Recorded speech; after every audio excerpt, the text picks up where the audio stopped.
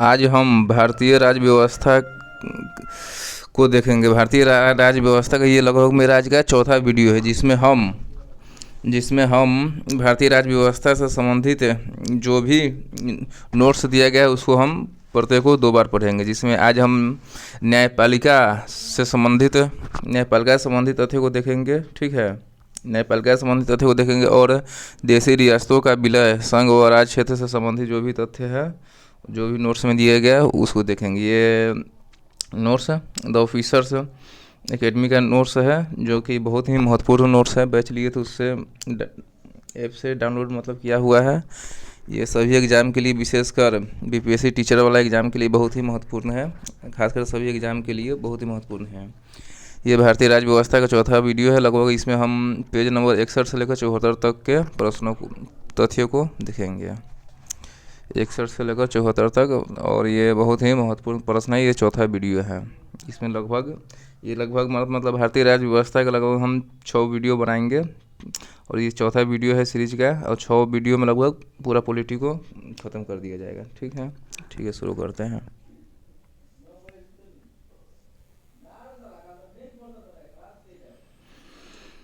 न्यायपालिका।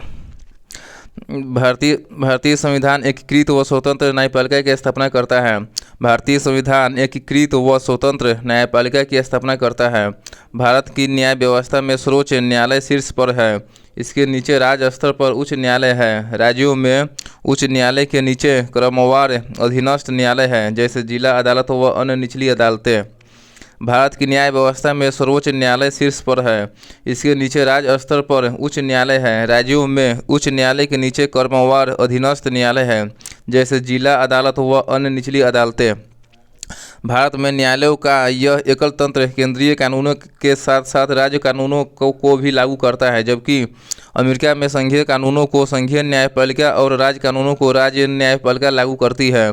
भारत में न्यायालयों का यह एकल तंत्र केंद्रीय कानूनों के साथ साथ राज्य कानूनों को भी लागू करता है, जबकि अमेरिका में संघीय कानूनों को संघीय न्यायपालिका और राज्य कानूनों को राज्य न्यायपालिका लागू करती है। न्यायालय की यह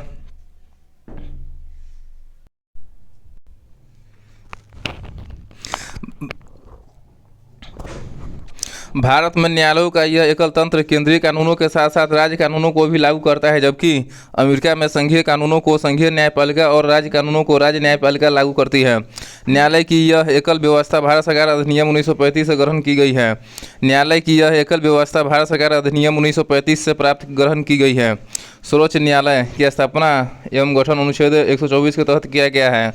सर्वोच्च न्यायालय का स्थापना एवं गठन अनुच्छेद 124 के तहत किया गया है। संवैधानिक प्रावधान भाग 5 में है और अनुच्छेद 124 से लेकर 147 तक है। सर्वोच्च न्यायालय का संवैधानिक प्रावधान भाग 5 में है और अनुच्छेद 124 से लेकर 147 तक है। सर्वोच्च न्यायालय का संवैधानिक प्रावधान भाग 5 में है और अनुच्छेद 124 से लेकर 147 तक है। भारत के उच्चतम न्यायालय का गठन 26 जनवरी एवं उद्घाटन 28 जनवरी 1950 को किया गया। भारत के उच्चतम न्यायालय का गठन 26 जनवरी एवं उद्घाटन 28 जनवरी 1950 को किया गया। विनियम संसद इसके लिए अधिकृत है। सर्वोच्च न्यायालय का विनियम संसद इसके लिए अधिकृत करता है।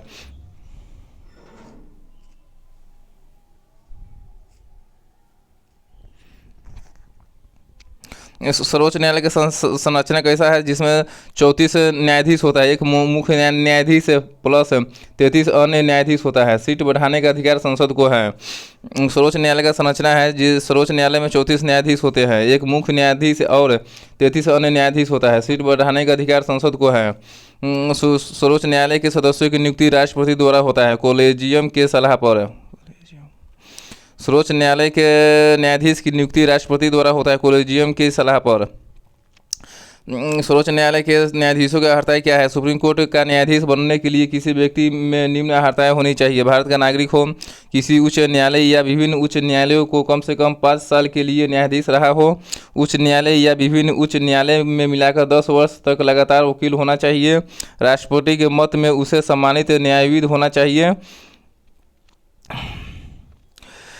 अर्हताएँ क्या है? सुप्रीम कोर्ट का न्यायाधीश बनने के लिए किसी व्यक्ति में निम्न अर्हताएँ होनी चाहिए: भारत का नागरिक हो, किसी उच्च न्यायालय या विभिन्न उच्च न्यायालय का कम से कम 5 साल के लिए न्यायाधीश रहा हो, उच्च न्यायालय या विभिन्न उच्च न्यायालयों में मिलाकर 10 वर्ष तक लगातार वकील होना चाहिए, राष्ट्रपति के मत में उसे सम्मानित न्यायविद होना चाहिए, तब जाके वह न्यायाधीश बनने योग्य होगा सुप्रीम कोर्ट का।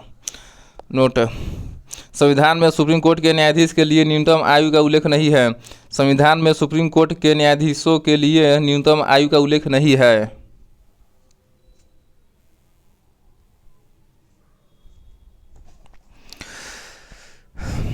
शपथ: राष्ट्रपति या इस कार्य के लिए उसके द्वारा नियुक्त व्यक्ति के सामने शपथ लेता है।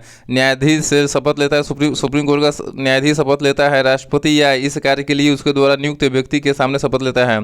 वेतन संसद द्वारा समय समय पर निर्धारित किया जाता है। मुख्य न्यायाधीश को प्रति माह 2,80,000 तथा अन्य न्यायाधीशों को 2,50,000 रुपये मिलते हैं तथा पेंशन कार्यकाल के अंतिम माह के वेतन का 50% निर्धारित है, अनुच्छेद 125 के तहत। सर्वोच्च न्यायालय के न्यायाधीशों का वेतन संसद द्वारा समय समय पर निर्धारित है। मुख्य न्यायाधीश को प्रति माह 2,80,000 तथा अन्य न्यायाधीशों को 2,50,000 रुपये मिलते हैं तथा पेंशन कार्यकाल के अंतिम माह के वेतन का 50% निर्धारित है, अनुच्छेद 125 के तहत मिलता है। सुप्रीम कोर्ट के न्यायाधीशों का वेतन अनुच्छेद 125 के तहत मिलता है, जो संसद द्वारा समय समय पर निर्धारित होता है। कार्यकाल: संविधान में न्यायाधीशों का कार्यकाल तय नहीं है। अधिकतम उम्र 65 वर्ष तक है। सर्वोच्च न्यायालय के न्यायाधीशों का कार्यकाल: संविधान में न्यायाधीशों का कार्यकाल तय नहीं है। अधिकतम उम्र 65 वर्ष तक है। निष्कासन कौन सा कर सकता है? सर्वोच्च न्यायालय के न्यायाधीशों का। राष्ट्रपति को संबोधित करके किया जाता है। संसद की सिफारिश पर राष्ट्रपति द्वारा दुर्व्यवहार एवं सिद्ध कदाचार के आधार पर हटाने के प्रस्ताव को संसद के दोनों सदनों के विशेष बहुमत, कुल सदस्यता का बहुमत, सदन की उपस्थिति एवं मत देने वाले सदस्यों का 2/3 से पास करना होगा। सर्वोच्च न्यायालय के न्यायाधीशों का निष्कासन कैसे होगा? राष्ट्रपति को संबोधित करके होगा। संसद को सिफारिश पर राष्ट्रपति द्वारा दुर्व्यवहार एवं सिद्ध कदाचार के आधार पर हटाने के प्रस्ताव को संसद के दोनों सदनों के विशेष बहुमत, कुल सदस्यता का बहुमत, सदन की उपस्थिति एवं मत देने वाले सदस्यों का 2/3 से पास करना होगा। नोट: सुप्रीम कोर्ट के न्यायाधीशों को हटाने के संबंध में महाभियोग की प्रक्रिया का उपबंध न्यायाधीश जांच अधिनियम 1968 में किया गया है। सुप्रीम कोर्ट के न्यायाधीशों को हटाने के संबंध में महाभियोग की प्रक्रिया का उपबंध न्यायाधीश जांच अधिनियम 1968 में किया गया है। सुप्रीम कोर्ट के किसी भी न्यायाधीश पर अब तक महाभियोग नहीं लगाया गया है। सुप्रीम कोर्ट के किसी भी न्यायाधीश पर अब तक महाभियोग नहीं लगाया गया है। कार्यकारी मुख्य न्यायाधीश अनुच्छेद 126 के तहत नियुक्ति 130 के तहत राष्ट्रपति द्वारा किया जाता है। कार्यकारी मुख्य न्यायाधीश का वर्तन अनुच्छेद 126 में है और नियुक्ति 130 राष्ट्रपति द्वारा होता है।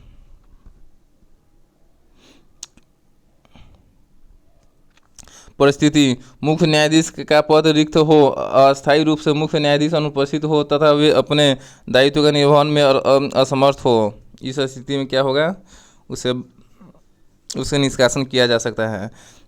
सुप्रीम कोर्ट के न्यायाधीशों का निष्कासन कैसे होगा? मुख्य न्यायाधीश का पद रिक्त हो, अस्थायी रूप से मुख्य न्यायाधीश अनुपस्थित हो तथा वे अपने दायित्वों के निर्वहन में असमर्थ हो तो किया जा सकता है।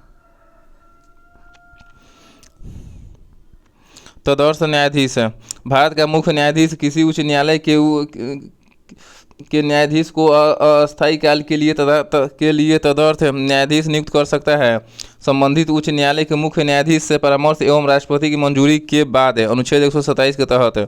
तदर्थ न्यायाधीश: भारत के मुख्य न्यायाधीश किसी उच्च न्यायालय के न्यायाधीश को अस्थायी कार्यकाल के लिए तदर्थ न्यायाधीश नियुक्त कर सकता है, संबंधित उच्च न्यायालय के मुख्य न्यायाधीश से परामर्श एवं राष्ट्रपति की मंजूरी के बाद। अर्हता अनुच्छेद 127 के तहत है। अर्हता क्या है तदर्थ न्यायाधीश का? उच्चतम न्यायालय के न्यायाधीश के समान। तदर्थ न्यायाधीश की अर्हताएँ हैं: उच्चतम न्यायालय के न्यायाधीश के समान, उच्चतम न्यायालय की स्थान संविधान द्वारा तय जगह दिल्ली है, लेकिन राष्ट्रपति के पूर्व अनुमति से मुख्य न्यायाधीशों को स्थान परिवर्तन एवं निर्धारण का अधिकार है। यह व्यवस्था वैकल्पिक है। उच्चतम न्यायालय का स्थान संविधान द्वारा तय जगह दिल्ली है, लेकिन राष्ट्रपति की पूर्व अनुमति से मुख्य न्यायाधीश को स्थान परिवर्तन एवं निर्धारण का अधिकार है। यह व्यवस्था वैकल्पिक है। प्रक्रिया सुप्रीम कोर्ट राष्ट्रपति की मंजूरी के बाद न्यायालय की प्रक्रिया एवं संचालन हेतु नियम बना सकता है। प्रक्रिया सुप्रीम कोर्ट राष्ट्रपति की मंजूरी के बाद न्यायालय की प्रक्रिया एवं संचालन हेतु नियम बना सकता है। कोलेजियम प्रणाली कोलेजियम प्रणाली संविधान में उल्लेख नहीं है, बल्कि वर्ष 1993 में कोलेजियम प्रणाली नामक तंत्र की स्थापना सुप्रीम कोर्ट द्वारा प्रसिद्ध न्यायाधीश मामले के बाद की गई। कोलेजियम प्रणाली का संविधान में उल्लेख नहीं है, बल्कि वर्ष 1993 में कोलेजियम प्रणाली नामक तंत्र की स्थापना सुप्रीम कोर्ट द्वारा प्रसिद्ध न्यायाधीश मामले के बाद की गई। कोलेजियम प्रणाली न्यायाधीशों, सुप्रीम कोर्ट एवं हाई कोर्ट की नियुक्ति एवं हस्तांतरण की प्रणाली है, जिसका नेतृत्व मुख्य न्यायाधीश द्वारा एवं इसमें न्यायालय के 4 अन्य वरिष्ठतम न्यायाधीश शामिल होते हैं। तीसरा न्यायिक मामला 1998 में आया। कोलेजियम प्रणाली न्यायाधीशों, सुप्रीम कोर्ट एवं हाई कोर्ट की नियुक्ति एवं हस्तांतरण की प्रणाली है, जिसका नेतृत्व मुख्य न्यायाधीश द्वारा एवं इसमें न्यायालय के 4 अन्य वरिष्ठतम न्यायाधीश शामिल है। तीसरा न्यायिक मामला 1998 में आया। कोलेजियम की सिफारिश प्रधानमंत्री और राष्ट्रपति को भेजी जाती है और उनकी मंजूरी के बाद ही नियुक्ति होती है। कोलेजियम की सिफारिश प्रधानमंत्री और राष्ट्रपति को भेजी जाती है, उनकी मंजूरी के बाद ही नियुक्ति होती है। उच्च न्यायालय में कोलेजियम का नेतृत्व उसके मुख्य न्यायाधीश एवं उस न्यायालय के 4 अन्य वरिष्ठतम न्यायाधीश करते हैं। उच्च न्यायालय में कोलेजियम का नेतृत्व उसके मुख्य न्यायाधीश एवं उस न्यायालय के 4 अन्य वरिष्ठतम न्यायाधीश करते हैं।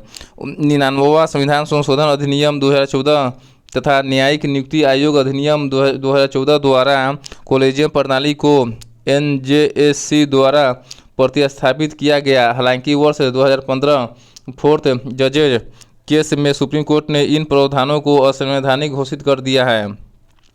99वां संविधान संशोधन अधिनियम 2014 तथा न्यायिक नियुक्ति आयोग अधिनियम 2014 द्वारा कोलेजियम प्रणाली को NJSC द्वारा प्रतिस्थापित किया गया।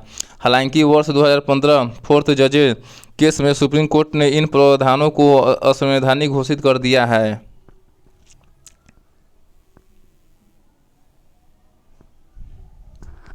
उच्चतम न्यायालय की शक्तियाँ सर्वोच्च न्यायालय देश में नागरिकों के मूल अधिकारों का गारंटर एवं संविधान का अभिभावक है।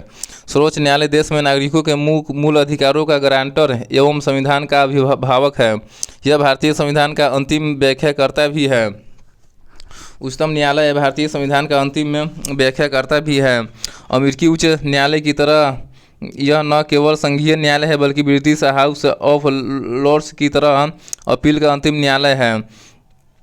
उच्चतम न्यायालय अमेरिकी उच्च न्यायालय की तरह यह न केवल संघीय न्यायालय है, बल्कि ब्रिटिश हाउस ऑफ लॉर्ड्स की तरह अपील का अंतिम न्यायालय भी है। अलादी कृष्ण अय्यर, भारत के उच्चतम न्यायालय को विश्व के किसी अन्य सर्वोच्च न्यायालय की तुलना में ज़्यादा शक्तियाँ प्राप्त हैं। अलादी कृष्ण अय्यर ने कहा, भारत के उच्चतम न्यायालय को विश्व के किसी अन्य सर्वोच्च न्यायालय की तुलना में ज़्यादा शक्तियाँ प्राप्त हैं। 1 नंबर मूल क्षेत्राधिकार अनुच्छेद 131 में है। मूल क्षेत्राधिकार अनुच्छेद 131 में है। संघीय विवाद पर उच्चतम न्यायालय में विशेष मूल न्याय क्षेत्र निहित है, अर्थात किसी अन्य न्यायालय को विवादों को निपटाने में इस तरह की शक्तियाँ प्राप्त नहीं है। संघीय विवाद पर उच्चतम न्यायालय में विशेष मूल न्याय क्षेत्र निहित है, अर्थात किसी अन्य न्यायालय को विवादों के निपटाने में इस तरह की शक्तियाँ प्राप्त नहीं है। इसमें मूल क्षेत्राधिकार में शामिल विवाद है केंद्र व एक या अधिक राज्यों के बीच विवाद है, केंद्र और कोई राज्य या राज्यों का एक तरफ होना एवं एक या अधिक राज्यों को दूसरी तरफ होना, 2 या अधिक राज्यों के बीच।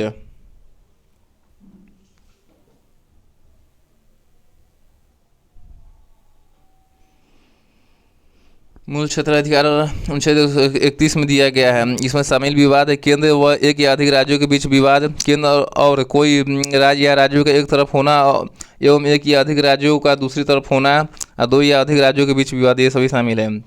मौलिक अधिकारों का संरक्षण न्यायाधीश क्षेत्राधिकार के अंतर्गत आता है।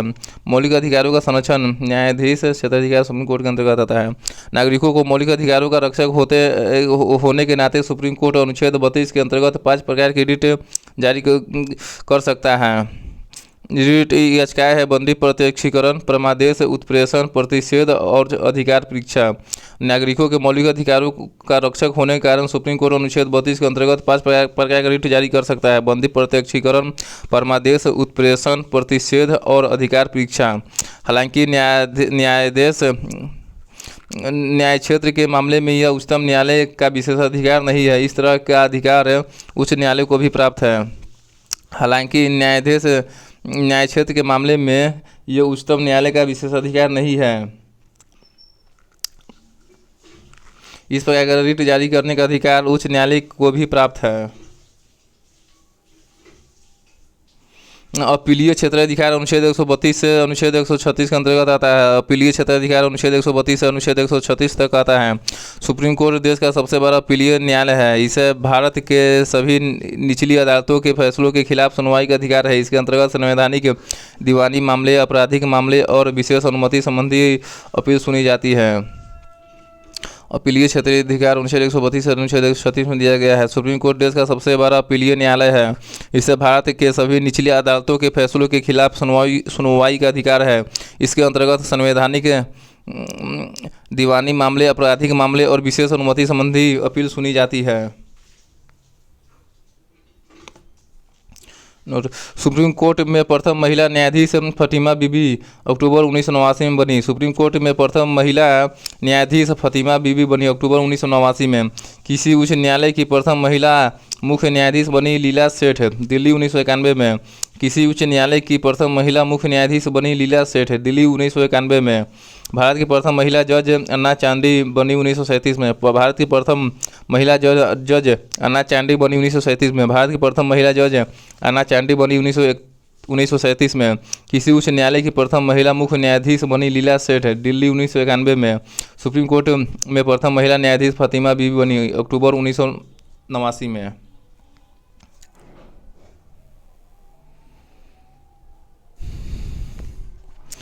परामर्शदात्री क्षेत्राधिकार। परामर्शदात्री क्षेत्राधिकार अनुच्छेद 143 के तहत राष्ट्रपति 2 श्रेणियों के मामलों में सुप्रीम कोर्ट से परामर्श मांग सकता है। संवैधानिक महत्व के विवादों पर इसमें कोर्ट अपना मत दे भी सकता है और इनकार भी कर सकता है। किसी पूर्व संवैधानिक संधि, समझौता एवं प्रस्तावना आदि मामले में इसमें उच्चतम न्यायालय को राष्ट्रपति को अपना मत देना अनिवार्य होगा।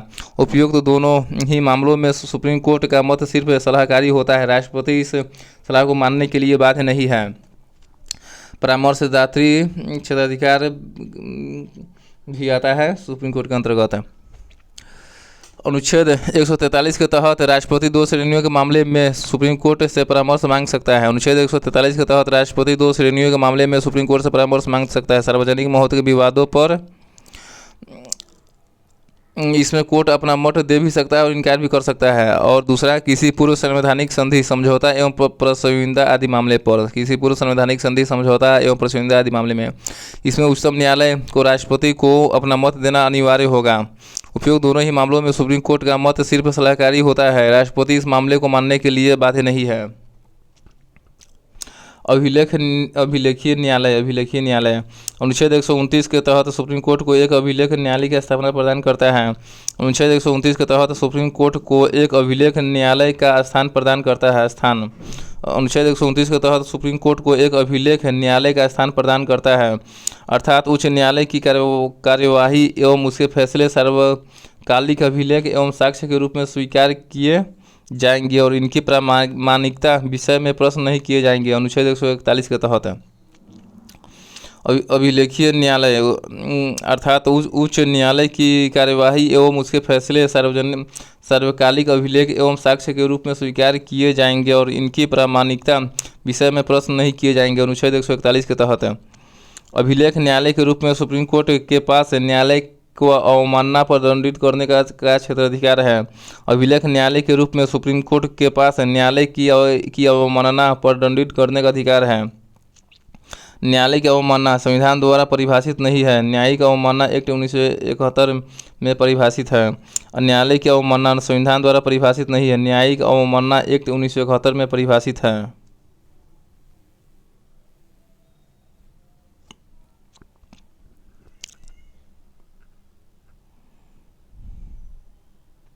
यह सिविल या आपराधिक दोनों प्रकार के हो सकते हैं। 1991 में सुप्रीम कोर्ट ने व्यवस्था दी कि इस न्यायालय की अवमानना पर दंड देने की शक्ति न केवल उच्चतम न्यायालय बल्कि उच्च न्यायालय, अधीनस्थ न्यायालय एवं पंचायतों को भी प्राप्त है। यह सिविल या आपराधिक दोनों प्रकार का की हो सकता है। 1991 में सुप्रीम कोर्ट ने व्यवस्था दी कि न्यायालय की अवमानना पर दंड देने की शक्ति न केवल उच्चतम न्यायालय बल्कि उच्च न्यायालय, अधीनस्थ न्यायालय एवं पंचायतों को भी प्राप्त है। न्यायिक समीक्षा की शक्ति अनुच्छेद 137 के तहत इसके तहत सुप्रीम कोर्ट केंद्र एवं राज्यों दोनों स्तर पर विधायी व कार्यकारी आदेशों की संवैधानिकता की जांच कर सकता है तथा उल्लंघन की स्थिति में इन्हें गैर विधिक, गैर संवैधानिक और अवैध शून्य घोषित कर सकता है। तदुपरांत इन्हें सरकार द्वारा लागू नहीं किया जा सकता। न्यायिक समीक्षा की शक्ति अनुच्छेद 137 में दिया गया है। इसके तहत सुप्रीम कोर्ट केंद्र एवं राज्य दोनों स्तरों पर विधायी व कार्यकारी आदेशों की संवैधानिक की जांच कर सकता है तथा उल्लंघन की स्थिति में इन्हें गैर विधिक, गैर संवैधानिक और अवैध शून्य घोषित कर सकता है। तदुपरांत इन्हें सरकार द्वारा लागू नहीं किया जा सकता। सुप्रीम कोर्ट की अब तक की सबसे बड़ी पीठ या बेंच केशवानंद भारती वाद 1971 में आया, जिसमें 13 न्यायाधीश ने भाग लिया। सुप्रीम कोर्ट की अब तक की सबसे बड़ी पीठ केशवानंद भारती वाद 1971 था, जिसमें 13 न्यायाधीश ने भाग लिया। जनहित याचिका PIL के भारत में जनक कहा जाता है PN भगवती को शुरुआत 1989 में किया। जनहित याचिका PIL के भारत में जनक कहा जाता है PN भगवती को शुरुआत 1979 में किया। जनहित याचिका PIL के भारत में जनक PN भगवती को कहा जाता है शुरुआत 1979 में हुआ। जनहित याचिका की माता पुष्पा कपिला हिंगोरानी को माना जाता है। जनहित याचिका की माता पुष्पा कपिला हिंगोरानी को माना जाता है। उच्चतम न्यायालय और उच्च न्यायालय की कार्यवाहियों की भाषा अंग्रेजी है। उच्चतम न्यायालय और उच्च न्यायालय की कार्यवाहियों की भाषा अंग्रेजी है। सुप्रीम कोर्ट के रिटायर्ड जज किसी अन्य कोर्ट में वकालत नहीं कर सकते हैं। सुप्रीम कोर्ट के रिटायर्ड जज किसी अन्य कोर्ट में वकालत नहीं कर सकते हैं। भारत के पहले मुख्य न्यायाधीश हीरालाल जे कानिया 1950 से 1951 तक में रहा। भारत के पहले मुख्य न्यायाधीश हीरालाल जे कानिया 1950 से 1951 तक रहा। भारत के वर्तमान मुख्य न्यायाधीश DY चंद्रचूड़ 50वें मुख्य न्यायाधीश बना। भारत के वर्तमान मुख्य न्यायाधीश DY चंद्रचूड़ 50वें मुख्य न्यायाधीश बना। लोक अदालत यह लोक अदालत वैकल्पिक विवाद समाधान प्रणाली के घटकों में से एक है जो आम लोगों को सस्ता, औपचारिक और शीघ्र न्याय प्रदान करता है। लोक अदालत वैकल्पिक विवाद समाधान प्रणाली के घटकों में से एक है जो आम लोगों को सस्ता और अनौपचारिक और शीघ्र न्याय प्रदान करता है।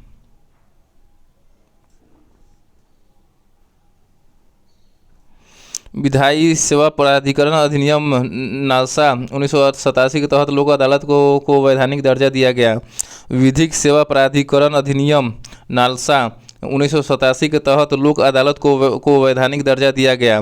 पहला लोक अदालत शिविर 1982 में गुजरात में लगा। पहला लोक अदालत शिविर 1982 में गुजरात में लगा। लोक अदालत के निर्णय अंतिम होते हैं तथा इनके निर्णयों के विरुद्ध किसी भी कोर्ट में अपील नहीं की जा सकती है। लोक अदालत के निर्णय अंतिम होते हैं तथा इनके निर्णयों के विरुद्ध किसी भी कोर्ट में अपील नहीं की जा सकती है। लोक अदालत के पास वही शक्तियाँ होंगी जो सिविल प्रक्रिया संहिता सहित 1908 के तहत एक सिविल कोर्ट में निहित होती हैं। लोक अदालत के पास वही शक्तियाँ होंगी जो सिविल प्रक्रिया संहिता 1908 के तहत एक सिविल कोर्ट में निहित होती है। नोट: NALSA नालसा का गठन कानूनी सेवा प्राधिकरण अधिनियम 1987 के तहत 9 नवंबर 1995 को किया गया। नालसा का गठन कानूनी सेवा प्राधिकरण अधिनियम 1987 के तहत 9 नवंबर 1995 को किया गया। नालसा का गठन कानूनी सेवा प्राधिकरण अधिनियम 1987 के तहत 9 नवंबर 1995 को किया गया।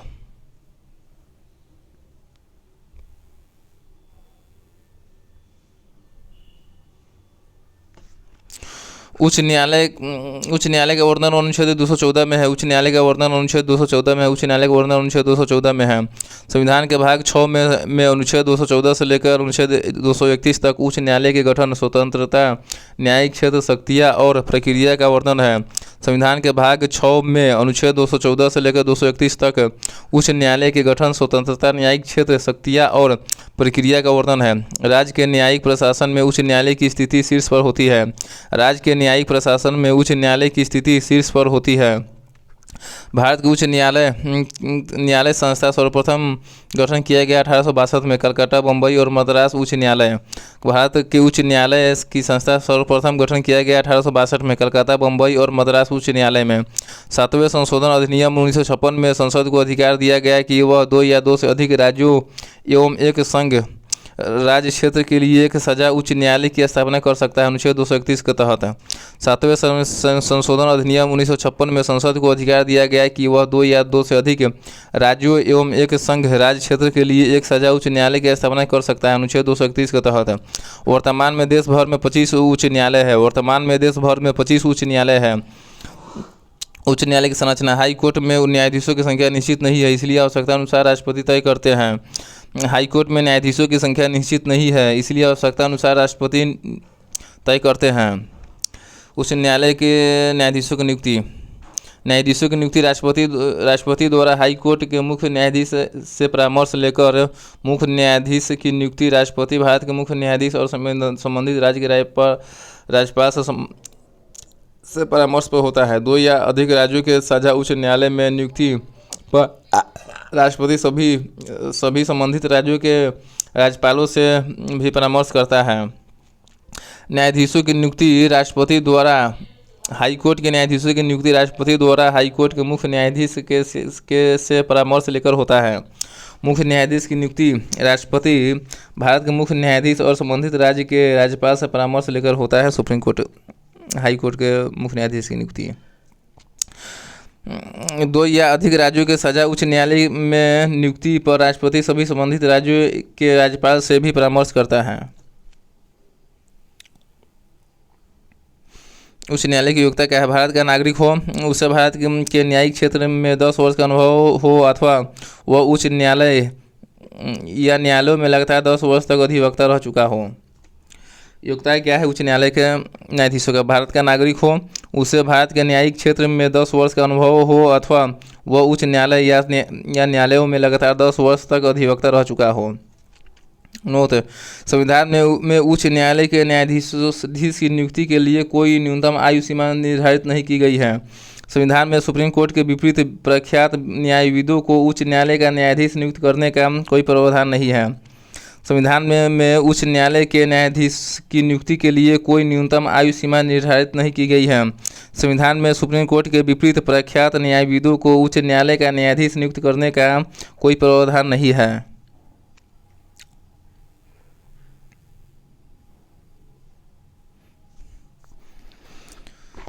उच्च न्यायालय का शपथ कौन दिलाता है? राज्यपाल या इस कार्य के लिए उसके द्वारा नियुक्त कोई व्यक्ति के समक्ष शपथ लेता है। हाई कोर्ट के न्यायाधीशों का शपथ कौन दिलाता है? राज्यपाल या इस कार्य के लिए उसके द्वारा नियुक्त कोई व्यक्ति के समक्ष लिया जाता है। वेतन कितना संसद द्वारा समय समय पर निर्धारित किया जाता है। वर्तमान में 2.5 लाख रुपये, मुख्य न्यायाधीश को 2,80,000 दिया जाता है। वेतन कितना संसद द्वारा समय समय पर निर्धारित किया जाता है। वर्तमान में 2.5 लाख रुपया दिया जाता है मुख्य न्यायाधीश को और 2,28,000 रुपया अन्य न्यायाधीशों को दिया जाता है। कार्यकाल कितना होता है? संविधान में कार्यकाल निर्धारित नहीं है। अधिकतम आयु 62 वर्ष होती है। हाई कोर्ट के न्यायाधीशों का कार्यकाल संविधान में निर्धारित नहीं है। संविधान में कार्यकाल निर्धारित नहीं है। अधिकतम हाई कोर्ट के सदस्यों का कार्यकाल 62 वर्ष होता है। त्यागपत्र किसे देगा? राष्ट्रपति को। राष्ट्रपति सिद्ध कदाचार और अक्षमता के आधार पर उच्च न्यायालय के जजों को हटा सकता है। त्यागपत्र राष्ट्रपति को देगा। राष्ट्रपति सिद्ध कदाचार और अक्षमता के आधार पर उच्च न्यायालय के जजों को हटा सकता है। हस्तांतरण कौन करेगा? भारत के मुख्य न्यायाधीश से परामर्श के बाद राष्ट्रपति द्वारा हस्तांतरण किया जाएगा। हाई कोर्ट के सदस्यों का हाई कोर्ट के न्यायाधीशों का स्थानांतरण भारत के मुख्य न्यायाधीश से परामर्श के बाद राष्ट्रपति द्वारा होगा। कार्यकारी मुख्य न्यायाधीश कौन होगा? नियुक्ति राष्ट्रपति द्वारा होगा। हाई कोर्ट के कार्यकारी मुख्य न्यायाधीश से कौन होगा? नियुक्ति मुख्य न्यायाधीश की नियुक्ति राष्ट्रपति द्वारा होता है। उच्च न्यायालय का सेवानिवृत्ति न्यायाधीश अन्य न्यायालयों अथवा उच्चतम न्यायालय में वकालत कर सकता है। उच्च न्यायालय का सेवानिवृत्ति न्यायाधीश अन्य न्यायालयों अथवा उच्चतम न्यायालय में वकालत कर सकता है। उच्च न्यायालय राज्य में अपील का सर्वोच्च न्यायालय नहीं है, इसके निर्णयों के विरुद्ध है सुप्रीम कोर्ट में अपील हो सकती है। उच्च न्यायालय राज्य में अपील का सर्वोच्च न्यायालय नहीं है, इसके निर्णयों के विरुद्ध सुप्रीम कोर्ट में अपील की जा सकती है। हाई कोर्ट का रीट क्षेत्राधिकार उच्चतम न्यायालय से ज़्यादा विस्तारित है, क्योंकि सुप्रीम कोर्ट सिर्फ मूल अधिकारों के प्रवर्तन संबंधी आदेश दे सकता है, जबकि हाई कोर्ट अन्य प्रयोजनों के लिए जैसे एक सामान्य कानूनी अधिकार के उल्लंघन पर भी दे सकता है। हाई कोर्ट का रीट क्षेत्राधिकार उच्चतम न्यायालय से ज़्यादा विस्तारित है, क्योंकि सुप्रीम कोर्ट सिर्फ मूल अधिकारों के प्रवर्तन संबंधी आदेश दे सकता है, जबकि हाई कोर्ट अन्य प्रयोजनों के लिए जैसे एक समान कानूनी अधिकार के उल्लंघन पर भी रीट जारी कर सकता है।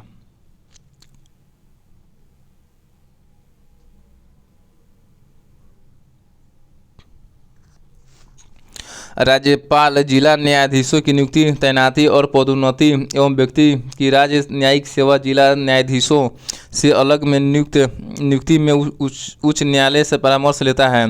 राज्यपाल जिला न्यायाधीशों की नियुक्ति, तैनाती और पदोन्नति एवं व्यक्ति की राज्य न्यायिक सेवा जिला न्यायाधीशों से अलग में नियुक्ति में उच्च न्यायालय से परामर्श लेता है। उच्च न्यायालय राज्य विधानमंडल व केंद्र सरकार के अधिनियमों और कार्यकारी आदेशों को संवैधानिकता का परीक्षण कर सकता है। उच्च न्यायालय राज्य विधानमंडल व केंद्र सरकार के अधिनियमों और कार्यकारी आदेशों को संवैधानिकता का परीक्षण कर सकता है। सुप्रीम कोर्ट की तरह हाई कोर्ट को भी अभिलेख न्यायालय के रूप में शक्ति प्राप्त है और अभिलेखों को साक्ष्य के रूप में रखा जाता है तथा अधीनस्थ न्यायालयों में कार्यवाही के समय इन पर सवाल नहीं उठाया जा सकता है। सुप्रीम कोर्ट की तरह हाई कोर्ट को भी अभिलेख न्यायालय के रूप में शक्ति प्राप्त है और अभिलेखों को साक्ष्य के रूप में रखा जाता है तथा अधीनस्थ न्यायालयों में कार्यवाही के समय इन पर सवाल नहीं उठाया जा सकता है। नोट: वर्तमान में 3 ऐसे उच्च न्यायालय हैं जिनकी अधिकारिता में एक से अधिक राज्य आते हैं। बम्बई हाई कोर्ट महाराष्ट्र और गोवा आता है। गुवाहाटी हाई कोर्ट में असम, नागालैंड, मिजोरम एवं अरुणाचल प्रदेश आता है। पंजाब एवं हरियाणा हाई कोर्ट में पंजाब और हरियाणा आता है। वर्तमान में 3 ऐसे उच्च न्यायालय हैं जिनकी अधिकारिता में एक से अधिक राज्य आते हैं। वर्तमान में 3 ऐसे उच्च न्यायालय जिनकी अधिकारिता में एक से अधिक राज्य आते हैं, जैसे बम्बई हाई कोर्ट में महाराष्ट्र व गोवा आता है। बम्बई हाई कोर्ट में महाराष्ट्र व गोवा आता है। गुवाहाटी हाई कोर्ट में असम, नागालैंड, मिजोरम एवं अरुणाचल प्रदेश आता है। गुवाहाटी हाई कोर्ट में असम, नागालैंड, मिजोरम एवं अरुणाचल प्रदेश आता है। पंजाब एवं हरियाणा हाई कोर्ट में पंजाब और हरियाणा आता है। देश में 5 ऐसे उच्च न्यायालय हैं जिनके अधीन राज्य के अलावा केंद्र शासित प्रदेश भी आते हैं। देश में 5 ऐसे उच्च न्यायालय हैं जिनके अधीन राज्य के अलावा केंद्र शासित प्रदेश भी आते हैं। बम्बई हाई कोर्ट दादर व नगर हवेली भी आता है। पंजाब हाई कोर्ट में दादर और नगर हवेली भी आता है। कलकत्ता हाई कोर्ट में अंडमान और निकोबार द्वीप समूह आता है। कलकत्ता हाई कोर्ट में अंडमान और निकोबार द्वीप समूह आता है। केरल हाई कोर्ट में लक्षद्वीप आता है। केरल हाई कोर्ट में लक्षद्वीप आता है। मद्रास हाई कोर्ट में पुदुचेरी आता है। मद्रास हाई कोर्ट में पुदुचेरी आता है।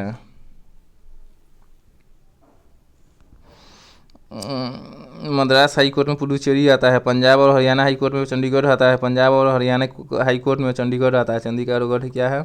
केंद्र शासित प्रदेश है।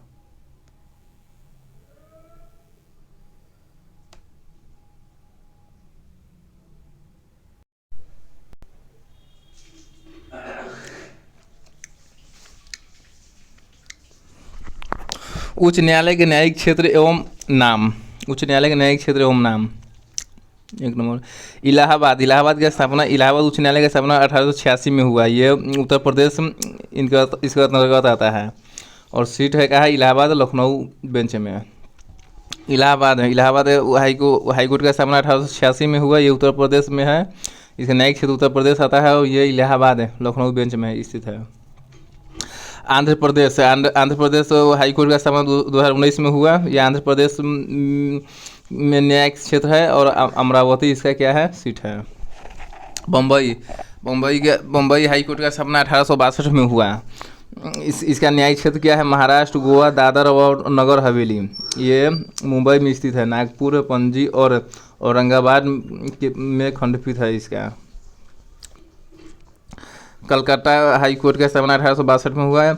यह पश्चिम बंगाल तथा अंडमान एवं निकोबार द्वीप समूह के न्यायिक क्षेत्र के अंतर्गत आता है। ये कोलकाता में स्थित है।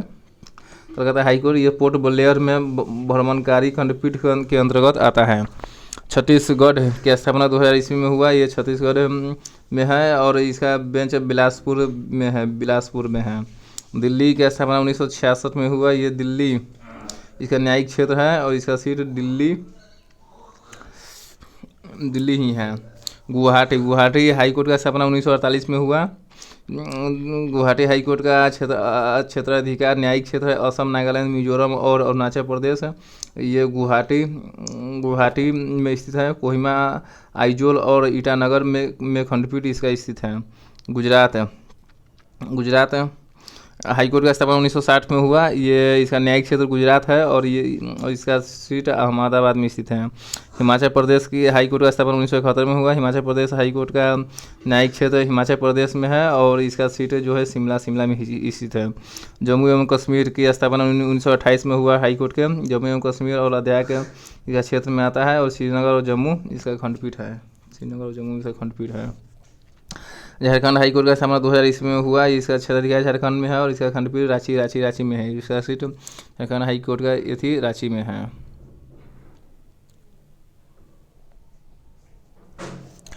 कर्नाटक हाई कोर्ट का स्थापना 1884 में हुआ। इसका कर्नाटक क्षेत्र के अंतर्गत आता है और उसका सीट बंगलुरु में है। कर्नाटक का बंगलुरु में है। केरल हाई कोर्ट का स्थापना 1956 में हुआ। ये केरल और लक्षद्वीप क्षेत्र में आता है और इसका सीट एर्नाकुलम में है। मध्य प्रदेश 1956 में स्थापना हुआ। यह मध्य प्रदेश में स्थित है। इसका खंडपीठ जबलपुर, इंदौर और ग्वालियर में खंडपीठ स्थित है। जबलपुर।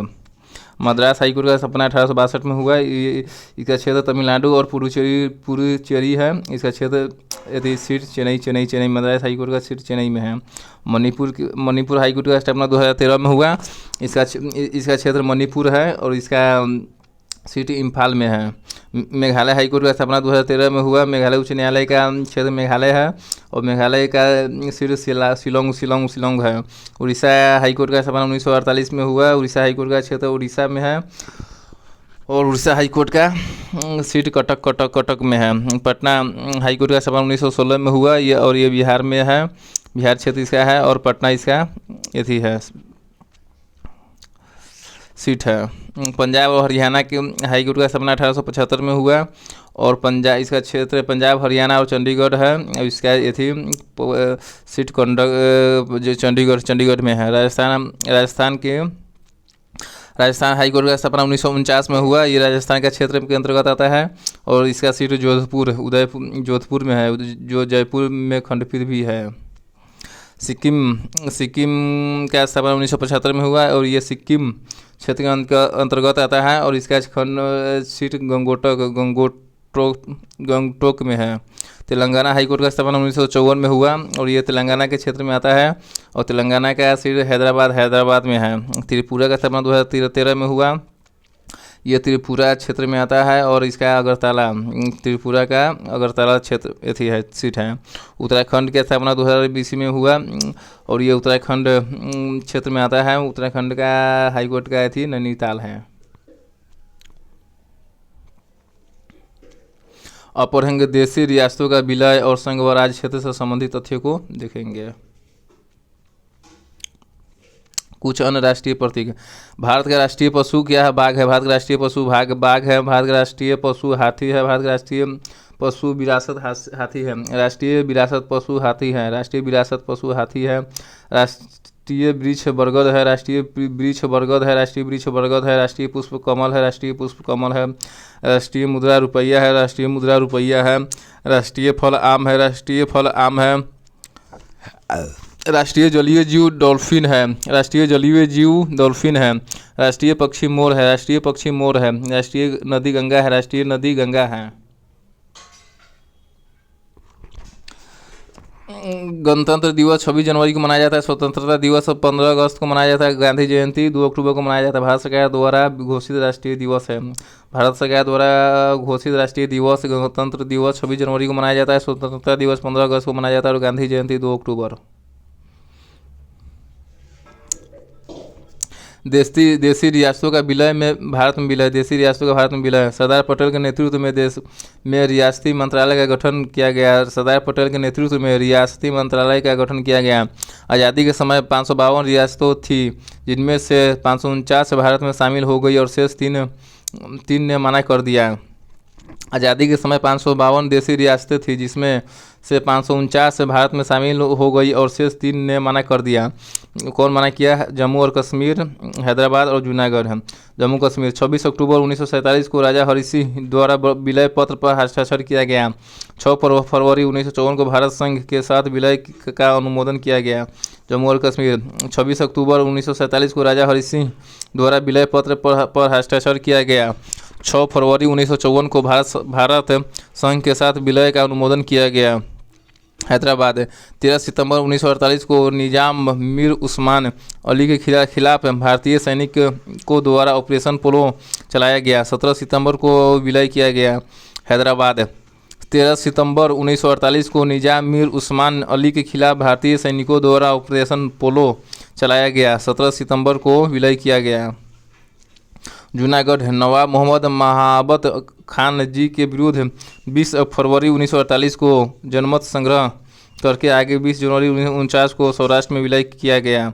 जूनागढ़ में था नवाब मोहम्मद महाबत खान जी के विरुद्ध 20 फरवरी 1948 को जनमत संग्रह किया गया। आगे 20 जनवरी 1949 को सौराष्ट्र में विलय कर दिया गया। क्या आप जानते हैं गोवा भारत का एकमात्र राज्य है जहां समान नागरिक संहिता लागू है। गोवा भारत का एकमात्र राज्य है जहां समान नागरिक संहिता लागू है। गोवा को पुर्तगालियों से भारतीय सेना ने ऑपरेशन विजय द्वारा छुड़ाया था। गोवा को पुर्तगालियों से भारतीय सेना ने ऑपरेशन विजय द्वारा छुड़ाया था। गोवा की आज़ादी के लिए डॉक्टर राम मनोहर लोहिया ने अभियान चलाया था। गोवा की आज़ादी के लिए डॉक्टर राम मनोहर लोहिया ने अभियान चलाया था।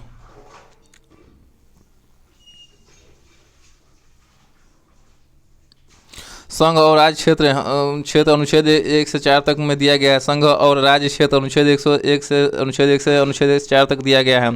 वर्तमान में भारत में 28 राज्य और 8 केंद्र शासित प्रदेश है। वर्तमान में भारत में 28 राज्य और 8 केंद्र शासित प्रदेश है। अनुच्छेद 1 के तहत इंडिया यानी भारत राज्यों का संघ है, यानी भारतीय संघ राज्यों के बीच समझौतों का परिणाम नहीं है। अनुच्छेद 1 में दिया गया है इंडिया यानी भारत है राज्यों का संघ है, यानी भारतीय संघ राज्यों के बीच समझौतों का परिणाम नहीं है। अनुच्छेद 2 में दिया गया है नए राज्य का प्रवेश या उसकी स्थापना की शक्ति संसदीय विधि द्वारा प्राप्त है। अनुच्छेद 2 में दिया गया है नए राज्य का प्रवेश या उसके स्थापना की शक्ति संसदीय विधि द्वारा प्राप्त है। अनुच्छेद 3 के तहत भारतीय संघ के नए राज्यों के निर्माण या उनका पुनर्सीमन कर सकता है। अनुच्छेद 3 के तहत भारतीय संघ के नए राज्यों का निर्माण या उनका पुनर्सीमन कर सकता है। स्वतंत्रता के बाद राज्यों का पुनर्गठन। एस के धर आयोग जून 1948 में गठित है। दिसंबर 1948 में अनुशंसा किया कि भाषा के आधार पर राज्यों का गठन का विरोध किया। एस के धर आयोग ने जून 1948 में गठित है। दिसंबर 1948 में अनुशंसा की कि भाषा के आधार पर राज्यों का गठन का विरोध किया। प्रशासनिक सुविधा के आधार पर पुनर्गठन का समर्थन किया। एस के धर आयोग ने प्रशासनिक सुविधा के आधार पर पुनर्गठन का समर्थन किया। जेवीपी समिति ने धर आयोग के निर्णयों की समीक्षा हेतु नेहरू, पटेल और सीतारमैया की सदस्यता में दिसंबर 1948 में गठित अप्रैल 1949 में रिपोर्ट सौंपी और भाषाई आधार पर राज्य पुनर्गठन को अस्वीकृत किया। जेवीपी समिति ने धर आयोग के निर्णयों की समीक्षा हेतु नेहरू, पटेल और सीतारमैया की सदस्यता में दिसंबर 1948 में गठित की अप्रैल 1949 में रिपोर्ट सौंपी और भाषाई आधार पर राज्य पुनर्गठन को अस्वीकृत किया। राज्य पुनर्गठन आयोग दिसंबर 1953 में फजल अली की अध्यक्षता में गठित हुई। अन्य सदस्य के.एम. पनिकर और एच.एन. कुंजरू थे। 1955 में रिपोर्ट पेश करते हुए भाषा को मुख्य आधार माना। परिणाम स्वरूप 1 नवंबर 1956 को 7वें संविधान संशोधन के द्वारा भाषा के आधार पर 14 राज्य और 6 केंद्र शासित प्रदेशों का गठन किया गया। राज्य पुनर्गठन आयोग दिसंबर 1953 में फजल अली की अध्यक्षता में गठित हुआ। अन्य सदस्य के.एम. पनिकर और H.N. कुंजरू थे। 1955 में रिपोर्ट पेश करते हुए भाषा को मुख्य आधार माना।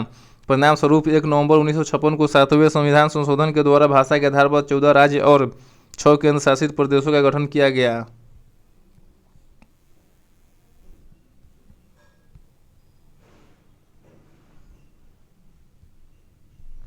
विभिन्न राज्यों का गठन का वर्ष। विभिन्न राज्यों का गठन का वर्ष। आंध्र प्रदेश का गठन 1 अक्टूबर 1953 को हुआ। आंध्र प्रदेश का गठन 1 अक्टूबर 1953 को हुआ।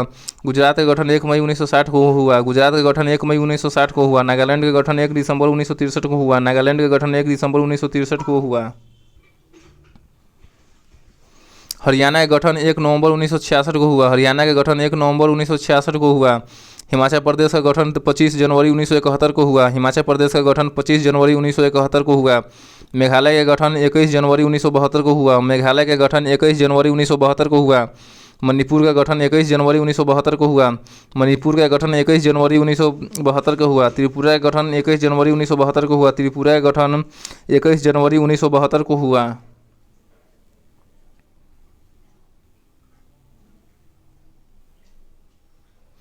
सिक्किम का गठन 16 मई 1975 को हुआ। सिक्किम का गठन 16 मई 1975 को हुआ। मिजोरम का गठन 20 फरवरी 1987 को हुआ। मिजोरम का गठन 20 फरवरी 1987 को हुआ। अरुणाचल प्रदेश का गठन 20 फरवरी 1987 को हुआ। अरुणाचल प्रदेश का गठन 20 फरवरी 1987 को हुआ। गोवा का गठन 30 मई 1987 को हुआ। गोवा का गठन 30 मई 1987 को हुआ। छत्तीसगढ़ का गठन 1 नवंबर 2000 ईस्वी को हुआ। छत्तीसगढ़ का गठन 1 नवंबर 2000 ईस्वी को हुआ। झारखंड का गठन 9 नवंबर 2000 ईस्वी को हुआ। उत्तराखंड का गठन 9 नवंबर 2000 ईस्वी को हुआ। उत्तराखंड का गठन 9 नवंबर 2000 ईस्वी को हुआ। झारखंड का गठन 15 नवंबर 2000 ईस्वी को हुआ। झारखंड का गठन 15 नवंबर 2000 ईस्वी को हुआ। तेलंगाना का गठन 2 जून 2014 को हुआ। तेलंगाना का गठन 2 जून 2014 को हुआ। आंध्र प्रदेश भाषा के आधार पर गठित होने वाला देश का पहला राज्य है। आंध्र प्रदेश भाषा के आधार पर गठित होने वाला देश का पहला राज्य है। 31 अक्टूबर 2019 से जम्मू और कश्मीर राज्य को जम्मू और कश्मीर और लद्दाख केंद्र शासित प्रदेशों में आधिकारिक रूप से विभाजित कर दिया गया है। 31 अक्टूबर 2019 से जम्मू और कश्मीर राज्य को जम्मू कश्मीर और लद्दाख केंद्र शासित प्रदेशों में आधिकारिक रूप से विभाजित कर दिया गया है। जनवरी 2020 में दादर और नगर हवेली तथा दमन और दीव दोनों संघ शासित प्रदेशों को एक केंद्र शासित प्रदेश के रूप में मान्यता दी है। जनवरी 2020 में दादर और नगर हवेली तथा दमन और दीव को दोनों संघ शासित प्रदेश को एक केंद्र शासित प्रदेश के रूप में मान्यता दी गई है। पांडिचेरी नवंबर 1954 ईस्वी को फ्रांस की सरकार ने अपनी सभी बस्तियां पांडिचेरी, यन्नम, माहे और कराईकल को भारत को सौंप दिया। 28 मई 1956 को इस संबंध में संधि पर हस्ताक्षर हुए, जबकि चंद्रनगर को 1951 की संधि के तहत सौंपा गया भारत को। पांडिचेरी को नवंबर 1954 ईस्वी को फ्रांस की सरकार ने अपनी सभी बस्तियां पांडिचेरी, यन्नम, माहे और कराईकल को भारत को सौंप दिया। 28 मई 1956 को इस संबंध में संधि पर हस्ताक्षर हुए, जबकि चंद्रनगर को 1951 की संधि के तहत सौंपा गया भारत को। गोवा को 18 दिसंबर 1961 को गोवा, दमन और दीव की मुक्ति के लिए पुर्तगालियों के विरुद्ध कार्रवाई की 12वें संविधान संशोधन द्वारा इन क्षेत्रों को भारत का अभिन्न अंग बना लिया गया। गोवा को 18 दिसंबर 1961 को गोवा, दमन व दीव की मुक्ति के लिए पुर्तगालियों के विरुद्ध कार्यवाही की 12वें संविधान संशोधन द्वारा इन क्षेत्रों को भारत का अभिन्न अंग बना दिया गया। क्षेत्रीय परिषद का गठन राष्ट्रपति द्वारा किया गया। क्षेत्रीय परिषद का गठन राष्ट्रपति द्वारा किया गया। क्षेत्रीय परिषद का अध्यक्ष केंद्रीय गृह मंत्री या राष्ट्रपति द्वारा मनोनीत केंद्रीय मंत्री होता है। क्षेत्रीय परिषद का अध्यक्ष केंद्रीय गृह मंत्री या राष्ट्रपति द्वारा मनोनीत केंद्रीय मंत्री होता है। क्षेत्रीय परिषद का उपाध्यक्ष संबंधित राज्यों के मुख्यमंत्री होते हैं, जो प्रतिवर्ष बदलते रहते हैं। क्षेत्रीय परिषद का उपाध्यक्ष संबंधित राज्यों के मुख्यमंत्री होते हैं, जो प्रतिवर्ष बदलते रहते हैं। क्षेत्रीय परिषद का उद्देश्य क्या है? केंद्र राज्य संबंधों में सुधार लाना। क्षेत्रीय परिषद का उद्देश्य क्या है? केंद्र राज्य संबंधों में सुधार लाना। राज्य पुनर्गठन अधिनियम 1956 के तहत स्थापित संवैधानिक निकाय है। क्षेत्रीय परिषद राज्य पुनर्गठन अधिनियम 1956 के तहत स्थापित संवैधानिक निकाय है। 5 क्षेत्रीय परिषदें हैं। उत्तरी क्षेत्रीय परिषद का 5 क्षेत्रीय परिषद है। उत्तरी क्षेत्रीय परिषद का मुख्यालय नई दिल्ली है। उत्तरी क्षेत्रीय परिषद का मुख्यालय नई दिल्ली है। मध्यवर्ती क्षेत्रीय परिषद का मुख्यालय प्रयागराज है। मध्यवर्ती क्षेत्रीय परिषद का मुख्यालय प्रयागराज है। पूर्वी क्षेत्रीय परिषद का मुख्यालय कोलकाता है। पूर्वी क्षेत्रीय परिषद का मुख्यालय कोलकाता है। पश्चिमी क्षेत्रीय परिषद का मुख्यालय मुंबई है। पश्चिमी क्षेत्रीय परिषद का मुख्यालय मुंबई है। दक्षिणी क्षेत्रीय परिषद का मुख्यालय चेन्नई है। दक्षिणी क्षेत्रीय परिषद का मुख्यालय चेन्नई है। 8 केंद्र शासित प्रदेश है। अंडमान एवं निकोबार द्वीप समूह, लक्षद्वीप, पुदुचेरी, दादरा और नगर हवेली तथा दमन और दीव, चंडीगढ़, दिल्ली, जम्मू और कश्मीर, लद्दाख। 8 केंद्र शासित प्रदेश है। अंडमान एवं निकोबार द्वीप समूह, लक्षद्वीप है, पुदुचेरी है, दादरा और नगर हवेली तथा दमन और दीव, चंडीगढ़ है, दिल्ली है, जम्मू और कश्मीर है, 8वें नंबर पर लद्दाख है। इस प्रकार से जो द ऑफिसर्स एकेडमी का जो आज का चौथा वीडियो है वो ख़त्म हो गया। इसमें हम न्यायपालिका से संबंधित सभी तथ्यों को देखे हैं और देशी रियासतों का विलय, संघ व राज्य क्षेत्र से संबंधित तथ्यों को देखे, जो कि सभी एग्जाम के लिए बहुत ही महत्वपूर्ण है। और आप सभी इस वीडियो को ज़्यादा से ज़्यादा देखें और शेयर भी करें ताकि ज़्यादा से ज़्यादा लाभ मिल सके। ठीक है, इसी के साथ विदा लेते हैं। जय हिंद, वंदे मातरम, नमस्ते सभी को।